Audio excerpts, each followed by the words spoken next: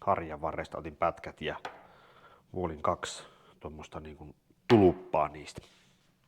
Helpompi lähteä pyöreässä tangossa tekemään kuin raaka vaikka koivusta tai männystä. Morjesta vaan. Nyt ruvetaan tekemään glykoolivesitesti tuolle sylinterille.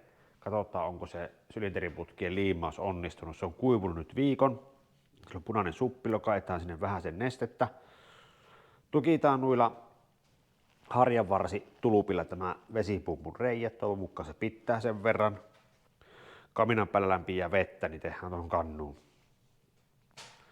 Ei kuuma, mutta melkein kuuma glykoliseus. Mulla oli litran merkki. Oliko täällä litran merkki? Tuolla on litran merkki. Nyt on 40 prosentin seos. Niin tuossa on toinen ongelma. Sitten ruvetaan kohta ennen kuin ihan mitään nokka-akseleita laitetaan paikalleen, niin syöttöpumpun nostajan rullat. Tänne piti tilata uudet laakerit. Aivan kaput ja loppu. Aivan finaalissa. Ja pöljäkö en purkanut aikaisemmin, mutta onneksi nuo laakerit kerkes hommata siihen. Se oli ihan kaput. Ei ole ihmekään, että ei maantiellä kulje, kun ei se ole saanut käytännössä edes polttoainetta tuohon rattoriin. Monta milliä välystä siellä. Semmonen dilemma. Jospa ne turpoo siihen sen verran, että se pitää. Olin kauppaan menossa hakemaan niitä veneetuluppia tänne, mutta olisi maksanut 10, niin tuli sitten mieleen, että tehdäänpä sittenkin harjan varresta. Ei nuo vielä vuoden nuo puutulpat. Mitä enemmän tänne saisi nestettä, niin mahdollisimman täyteen, niin se paine tuolla pohjalla on mahdollisimman kovaa, niin se saattaisi vuotaa sitten mahdollisimman herkästi. Pikkulirun panneen pohjalle, niin ei välttämättä voi. Selvä. Nyt sitten katsotaan, ruppeeko tuonne tippasemaan. Tuohon nyt tuli niitä roiskeita, kun äsken valui tuo yli tuo, niin tuo pitää antaa kuivua. Nämä lutikat tässä pöydällä, niin tässä on ykköspytystä, ne on numeroitu. Niin syöttöpumpun nämä, mikähän se oikein nimi tälle on, kuitenkin nokka-akseli ja vaste tuleva tämä niin sanottu painaja. Tuossa on laakeroitu rulla ja tuohon tulee se nokka-akselin ruiskutustieto, eli nämähän lupluttaa sitten niitä elementtejä tuolla pumpussa. Siellä on laakeroitu rulla ja nuo liukulaakerit on kulunut ihan loppuun. Tässä ykköspytyssä oli 3 millin välyys, kun ottaa huomioon tuon kuluneen akselin. Ei ole kovin hyvin pumppu kyllä enää toiminut. Ja kakkospytyssä se akseli, tämä on täytehitsattu ja sorvattu. Tämä akselikin oli kulunut pilaan. Kakkospytyssäkin oli vielä pahemmin tuo akseli kulunut, niin en saanut enää sorvattua tätä, kun hitsasin tämän umpeen.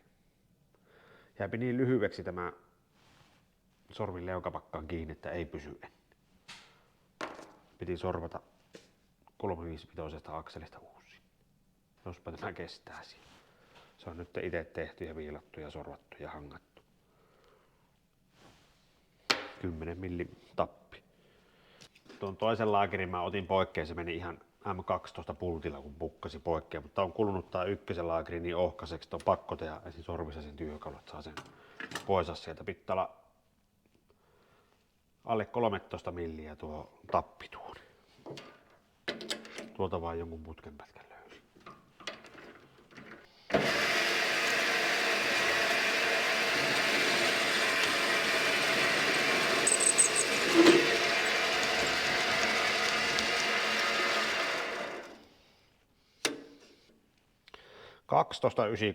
Nyt se voisi toimia.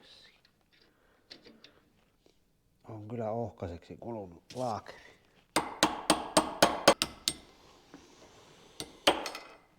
No niin. Olipa hyvä laakeri pois. Se on, sanotaan, että olisiko puoli milliä metallia. Tasan puoli milliä metallia. Tää on 1 ja tuolla on 2. Joko ruppee vaihtaa väriä? Ruppee. Melko äkäinen tää kaminan päälle.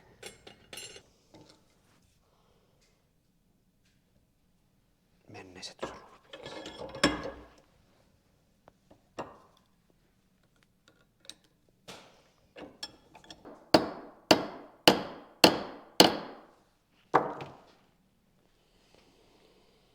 Mä tietysti nyt se krymppasi tuon laakerin niin tiukaksi, että voi paska.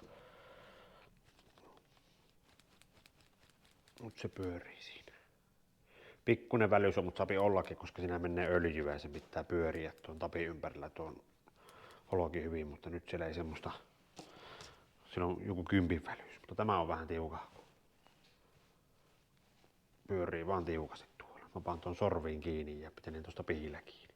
Hoonaan tällä tapilla tämän laakerin. En mä kyllä muuta keksi, millä tän saa nyt hoonattua. Ja tuo pronssilaakeri tässä varmaan sen verran välissä.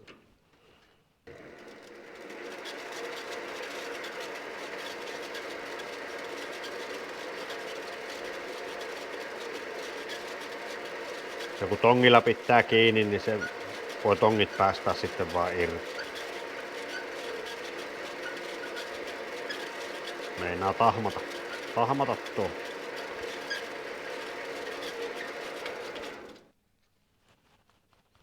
Nyt se pyörii siellä, eikä lutise. Nyt tuo tappi tulee tänne lutikkaan ja rullaa jää tänne väliin. Onko tänne liian väliä? Tuo pitää saada pystyyn tuo akseli tuo. Noin se tulee.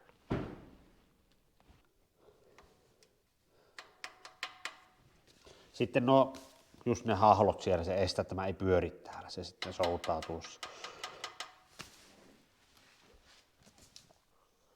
Se on ihan eri säätöarvokin näillä säätöpulteilla 1 ja 2 välillä. En tiedä miten tämä oikein viritetään aiheessa. Harjanvarsitapit on pitänyt ja tuo hanankin on tuolla pitänyt, ei ole tihkunut. Ja moottorin sisällä ei näy vuotoja, ihan kuiva. Lattia on kuiva. Eli nyt on mennyt vuorokausi suurin piirtein tuosta nesteen täytöstä. Ei ihan, mutta melkein. 4 tuntia vaille. Ja siellä on nesteet sisällä.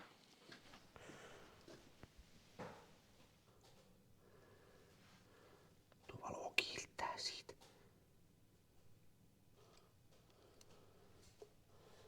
Hankala saa katsottua.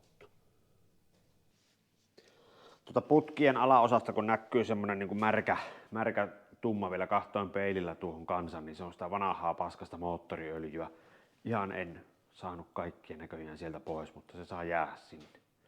Eikä se ei ole sitä vuotanutta nestettä, vaan se on sitä vanhaa moottoriöljyä. Sormiin tarttuu sitä musta kuin pyyhkäisyä. Ja tuolta meinaa vesipumpun juorusta tulla vielä sitä nestettä, eli se nestepinta on tuolla aika yllällä vielä. Näkee tuota reiästä, kun tästä sivusta kahtoo, niin nesteet on pysynyt siellä, ei ole vuotanut. Ei, mutta kun ruvetaan iske nokka-akselia sinne nytten kiinni, ei siinä muu auta. Rasvautuu. Tämmönen nostajan malja sitten vissiin aina paikalleen, kun ruvetaan nokka-akselia syöttämään. Tuossa on 1, ne on merkittyjä.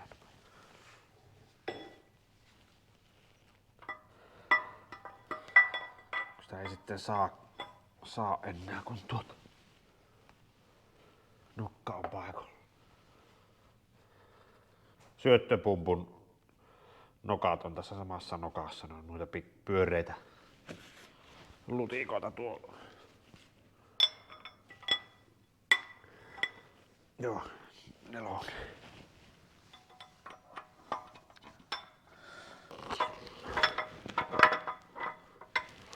Siellä on ne maljat.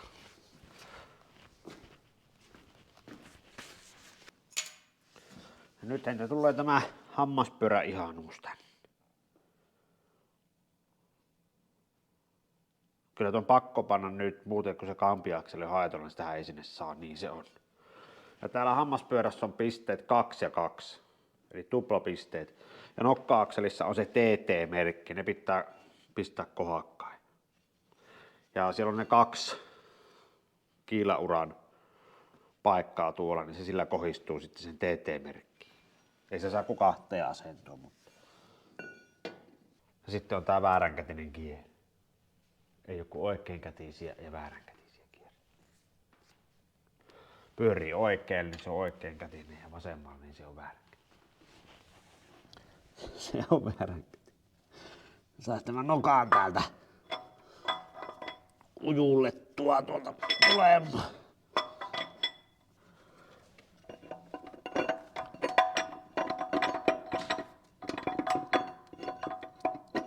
On kyllä vaikea. Vaikea saa paikalla. Olisi kyllä vaikea irrottaakin. Merkit onko hakka. Nyt se pitäisi luiskahtaa kyllä se kiilaansa.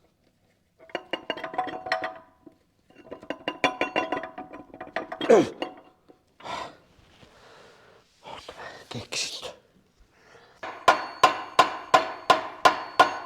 Isosti eikä se lyövät tuonne tuon päälle. Jospa se mutteri vettää sitten loput vaan. Siihenkään kun ei voi luottaa. Näitä pitää kojan varoin noita maljoja täältä. Ei saa jää väärään väliin jumeeksi. Jospa se on oikein, sitten se ei lähde käyntiin, jos on väärin. Lukkolevy tuonne ja vedä sakara tuonne eteen.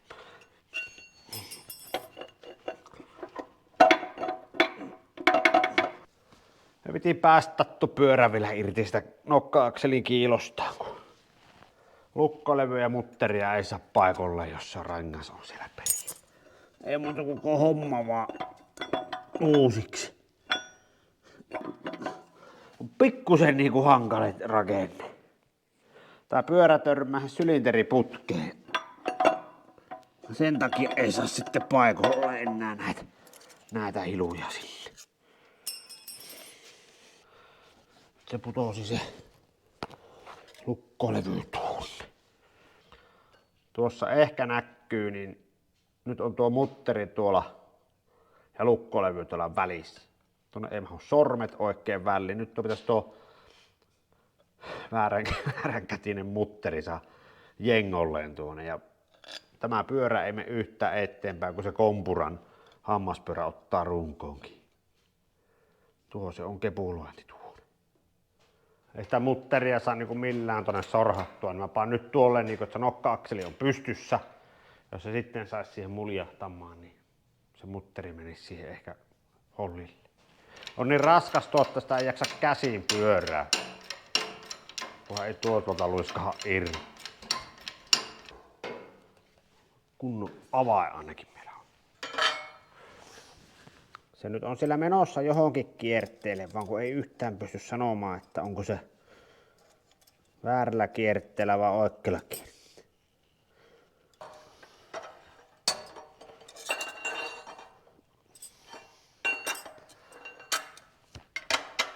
Ei saa kitaa avata nyt tää pyörä. Tuo on haeta.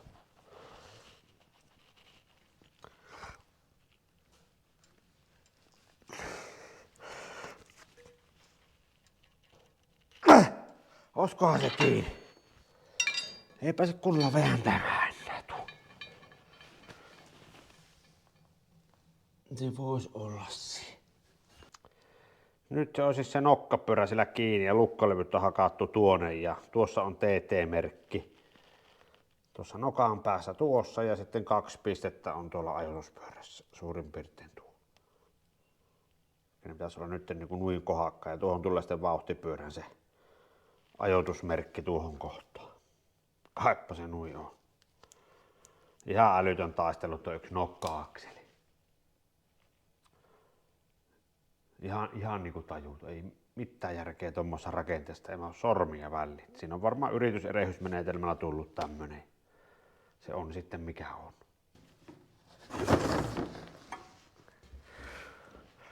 Tämän uittaminen on kyllä sitten mielenkiintoinen operaatio.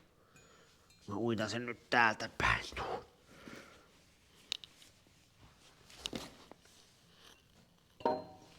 Ei se auta, kun vaan siitä lähtee varovasti sitä sinne syöttämään. Tässä saisi kyllä olla joku apuri, niin se voisi nostaa.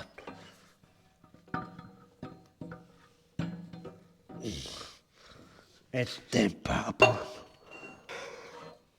Saatana, ei.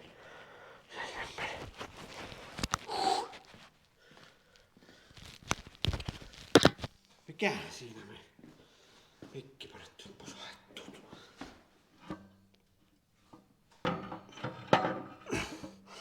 No, ei se. Ei se.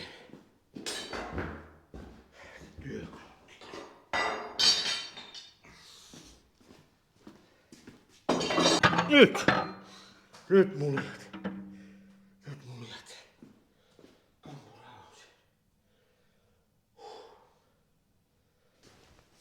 Nyt kun se niin sanotusti alimmainen keskilaakeri on siellä, niin pannaan tää ylimmäinen laakeripukki tuonne keskelle nyt ja pannaan pultit vaan niinku heftiin tuota alakautta pikkusenkin. Sitten vasta päätyy kannet.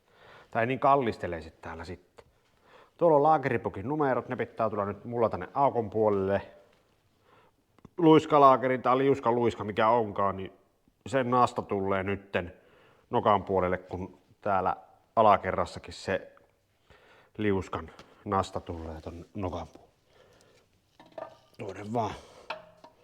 Numero on tuossa ja tuolla näkyy tuo numero. Se meni siis sinne. Sitten nämä pitkät pultit tuolla.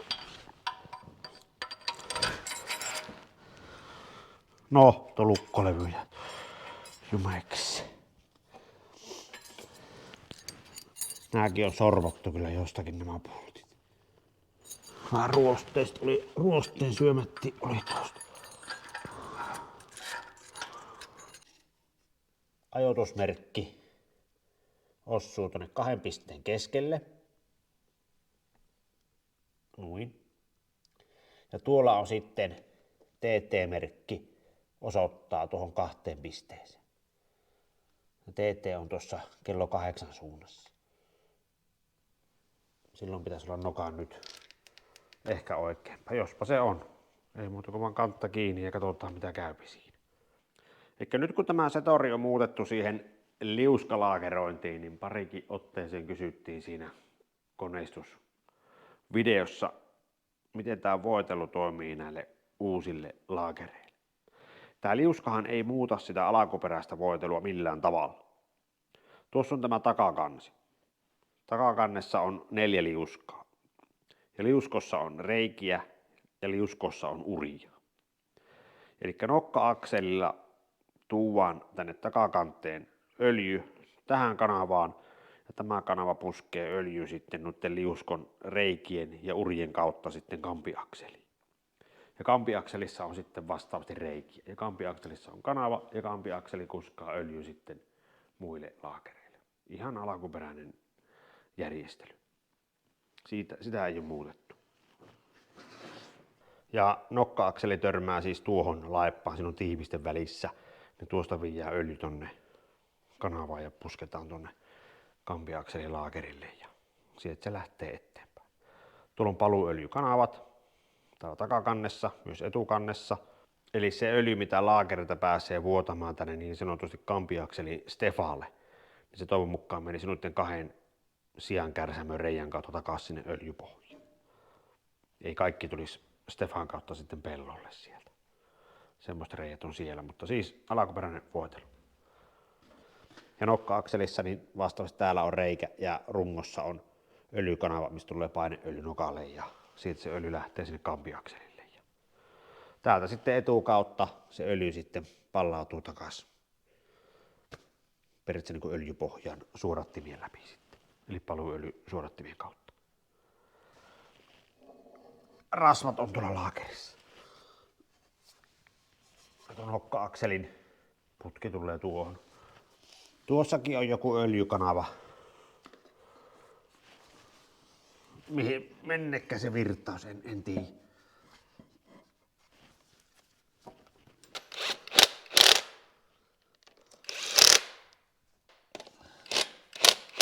Se on siinä.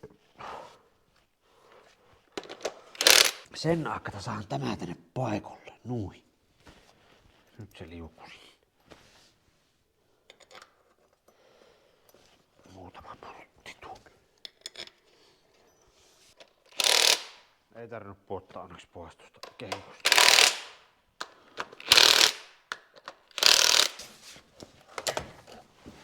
Täältä vähän sikkiin.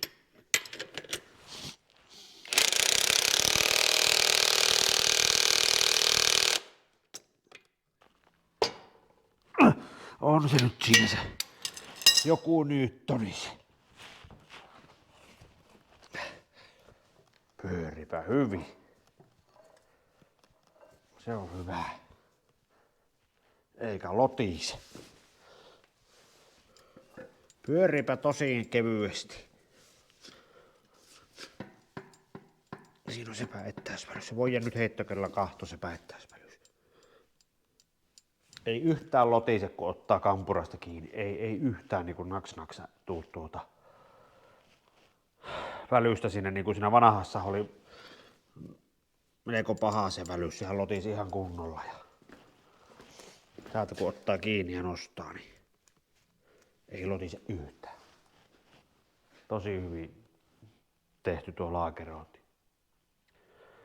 Kainuun koneesta ja teki hyvän duunin tuonne laakerointiin kyllä. Ihan kympin työ. Tuon parempi ei voi olla. Ei lupa härkätä tuonne on.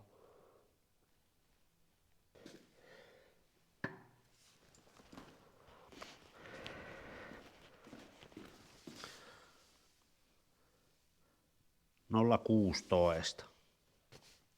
Se minun luiskamittaus oli hyvä. Meillä on tosi hyvä päittäisvälys tuolla. Se vanha laakeri toimii päittäislaakeri tosi hyvin vielä. Sillä on ihan toleranssia ihan rapiasti vielä. Nyt kun tää pyörii niin kuin unelma, eikä täällä ole välyksiä, ruvetaan asentaa tiivisteet kanteen ja pannaan takastefa ja etustefa paikalle. Kiritään tuo laakeripukki tuonne keskelle sitten tiukkaa. Sinnekin varmaan 100 newtonia kevyesti kärsii panna sitten momenttia. Otetaan nämä kehäpoltit poikkeen ja läntetään tiivistet tuonne Permatexille ja ei tässä muuta oo.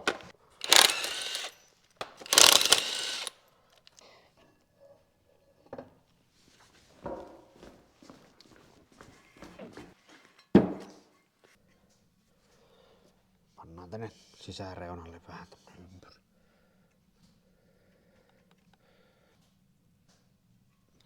Se on siinä.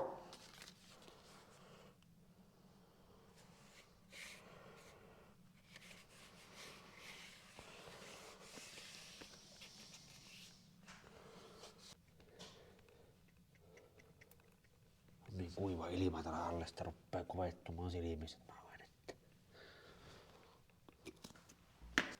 Pannapa tämä kampiakselin tiiviste nyt jo paikalle.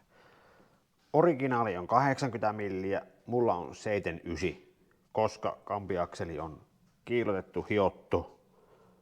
Varmistetaan, että varmasti tiivistää, niin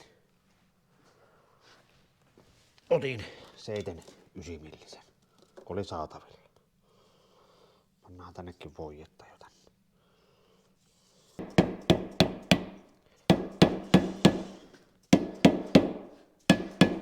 Tää oli stopparit tälle Stefalle.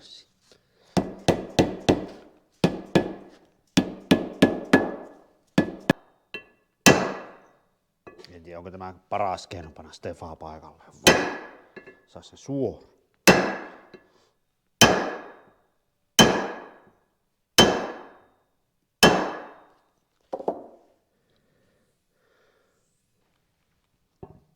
Nyt kun on kartio tuo akseli, pitäis mennä ihan hyvin tuo Stefan tuolla.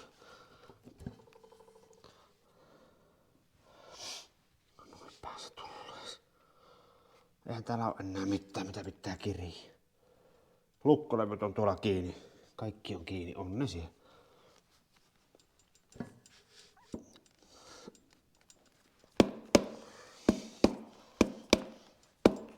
Stefan ja se Permatexi vähän välissä, nyt on vähän nahkeampi menemään.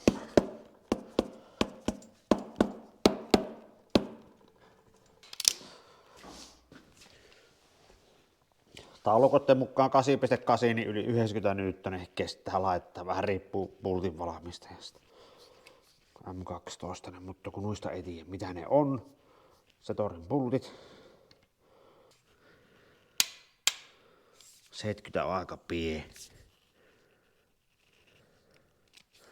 Annan 84.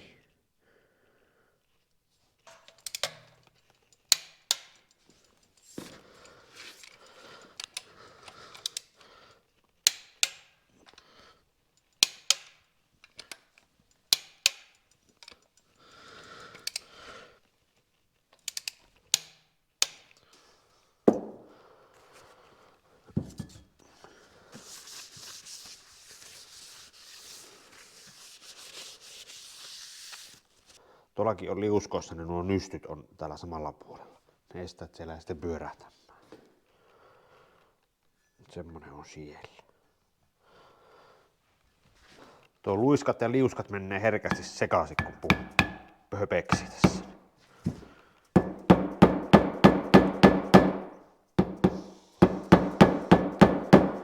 Tämä oli tiukka oloinen tänne.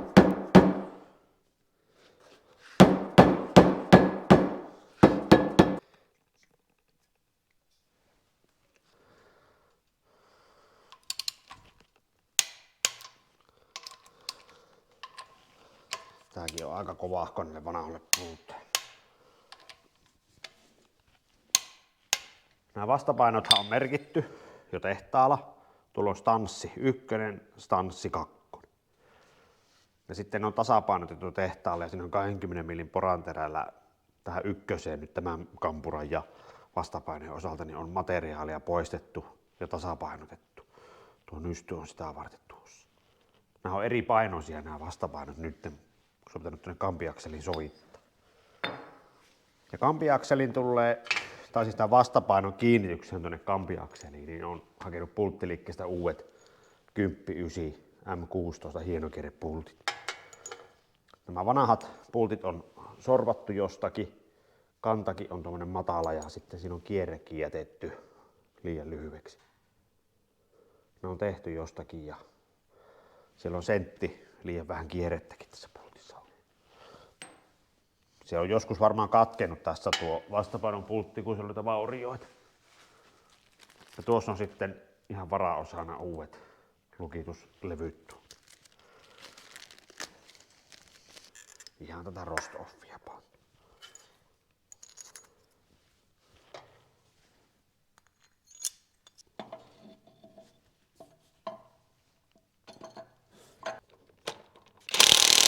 Ja tää on nyt se ykkönen, mikä meni ykkösenkin. Olisi tämä pärräni kyllä tärkeimpiä akkutyökaluja. Tässä toinen ostaa tuonne halava pärrä. Se on siinä. Kirjassa on 110 nyyttöä, mutta se on aika pieni tämmöiselle vastapainolle, kun nyt on uudet hyvät pultit niin, ja pitkä kierre. Niin.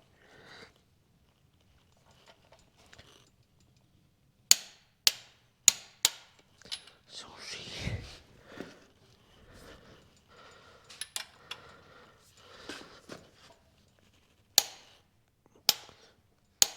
Se on siinä. 126.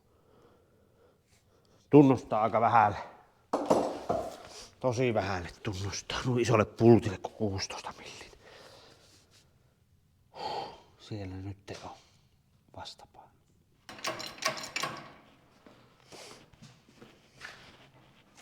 Nyt se ei romahsi. Ei kiritä kuivanakin.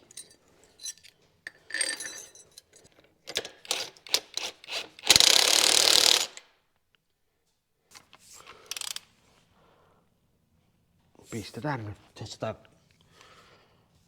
130 newtonia vaikka. Eipä tota löydy momenttia.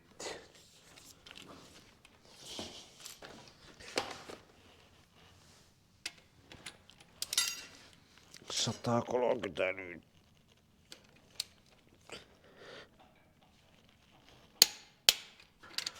Tää irttaa.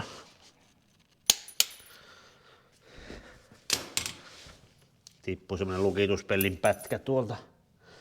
Tuo pelti kääntyi se tuolleen. Se on tuolta otettu kiinni ja tuolta kiinni saapi välttää. Tuosta pellistä katkesi se L-sakara pitempi poikkeen. No se on muutaman millin nyt taivutettu tuonne reunalle. Suopi välttää. Pannaan nämä rannemomenttiin.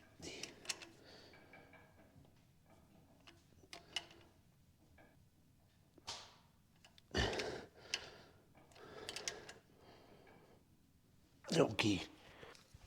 Tuonne pitää vetää liimalla kiinni tuo luukun kansi, kun ei tullut tiivistettä siis tiivistesarjassa. Yritin leikata paperin, mutta nämä kannakset on niin kappeita, että se paperin leikkuu epäonnistuu. Vasaralla koputtelin tässä, mutta ei onnistu.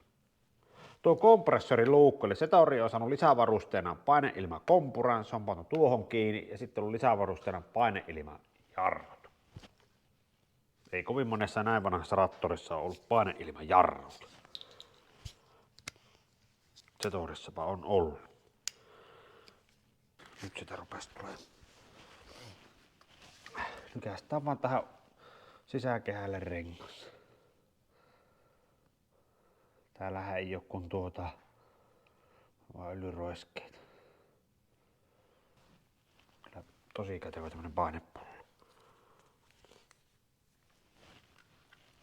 Siellä on nyt sisäkehällä ympyrä. Muistaakseni se tulee nyt näin päin tuonne.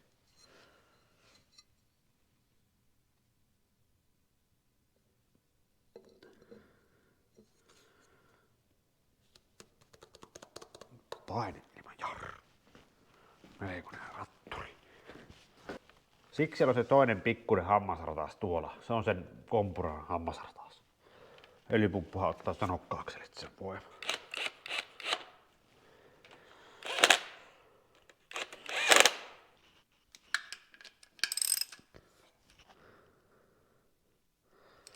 Eipä no enempää se.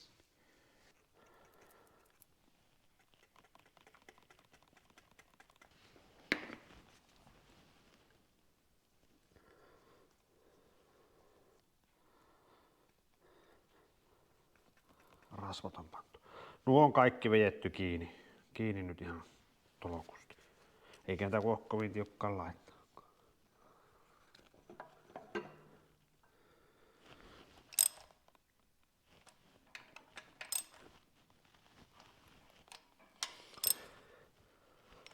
Pannaan tänne tämä elukka kanssa samonteenkin. Näinpä se tulee. Siinä on väistö tehty tuohon pumppua varten. Sille on tiivistä. Tämäkään ei tullut tiivistä sarjassa. On niinku hölmö, että tuo tulee, mutta sitten näitä ei tule. Kun sulla on nyt sitä lakkaa märkänä, niin ihan senkin takia nyt tämä tähän perään. Ei tarvitse lakkaa ottaa Brackleinillä kaaputtelemaan pois. Laitetaan tämä O-rengas tuonne noin. Tuonne kartioon. Se ajattelee, se permateksi jääpä sinne kaveriksi. Sitten lähdetään tämä massatiiviste. Tuonnekin pitää kyllä panna O-rengas. Millin kannakset tuonne pultteihin. Sinne tuosta O-rengas. Se on 2,5 milliä. Tuolla on isompi kartio kuin tuossa toisessa.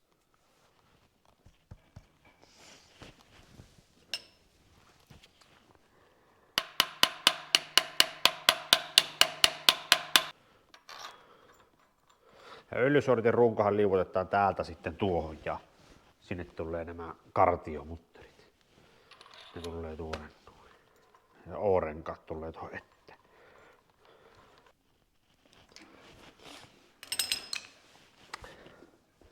Sielläpä se on. Joo, tuli siinä.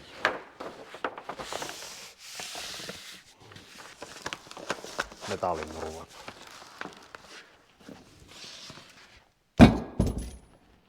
Uusi pahveninpyssy. Siisti. Vanha kuvernööri.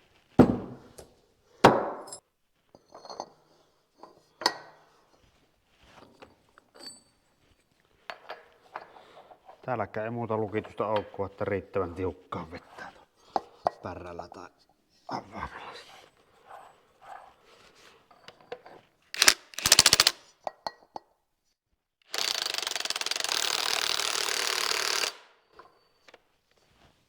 Painaa tämä hyllysy enemmän kuin tuo kone.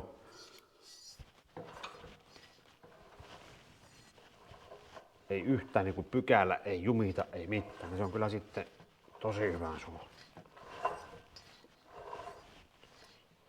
Moottorien pyörii niin kuin väärin. Joo, maalausstrategia vaan miettii, että ei sotke kaikkia maalilla sitten. Sehän siinä on. Siellä pausi kampiakselit, nokat ja öljypumput nyt paikallaan, vähän tiivistettä ja laippaa kiinni. Ja tarkoitus oli tähän videoon ottaa vielä tuo nokka-akselin päittäisvälyksen säätö ja poisto. Täällä on melkein 0,7 päittäisvälystä nyt tällä nokalla. Ja tuohan tulee se alumiininen kuvernöörin koppa, ja siellä kuvernöörin kopassa on tämän nokka-akselin se keulalaakeri. Ja sitä laakeria simmaamalla voi yrittää ottaa tuon päittäisvälyksen poikkeen sieltä. Mä käytin tätä koppaa tosiaan paikallaan ja tuolla on se laakeri ja tuohon laakeriin takapuolelle pannaan vähän simmiä, niin saadaan se päittäisvälys pois. Mutta tämä koppa on rikki jo valmiiksi. Se on halaki. Siellä on halakeman reiästä reikään tuolla sisäpuolella ja ulkopuolella tuo yksi kiinnityspultin kohta on repiämässä irti. Se on hiottu viilallakin tuossa, kun siinä oli iso patti. Se on vääntynyt. Ja tuohon tulee kriittisesti sitten vielä öljyputki, O-rengas, niin tuo pultin pitää puristaa tuo O-rengas kiinni. Nyt kun se O-rengas pannaan tuonne ja vedetään pultti kiinni, tuo lohkee lopullisesti pois. Tää pitää ehtiä uusi tämä koppa. En rupea hitsuuttamaan tuota, ainakaan vielä. Jos siihen löytyisi ehjä vaihto-osa. Puolipuristin tankokin vaatii hitsausta, sekin on rikki sieltä. Paljonhan sitä vanhassa koneessa on korjattavaa. Öljypohjasta leikkasin nuo alimmat hetulatti poikkeen ja aion jättää sen tuommoiseksi. Ei kukka sitä huomaa, että tuo alin ripa puuttuu tuolta. Tuon kun maalaa, niin eiköhän se mene sieltä. Ei ole löytynyt ehjääkään, niin pannaan tuosi. Ruvettapa seuraavassa filmissä asentaa kiertokankia ja mäntiä. Mitataan ne männänrenkaat ja mäntien korot. Ja sittenhän se olisi alkaa olla kanttavaille tuo kone, jos saadaan vielä tuo uusi kuvernööri etukoppa, että saadaan tuo nokka-akseli tuonne nyt asettumaan kohdalle.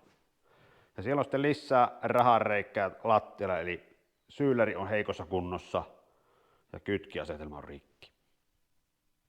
Pitää miettiä, mitä mä noiden kanssa tien, että ei mene taas 1000 € rahaa, koska noiden kustannusarvio on yli 1 000 €. Semmoista se on, vanhan korjaaminen. Heittäkää kommenttia, heittäkää vinkkiä, saa tilata kanavaa ja palataan sitten mäntien kanssa astialle. Se on moro.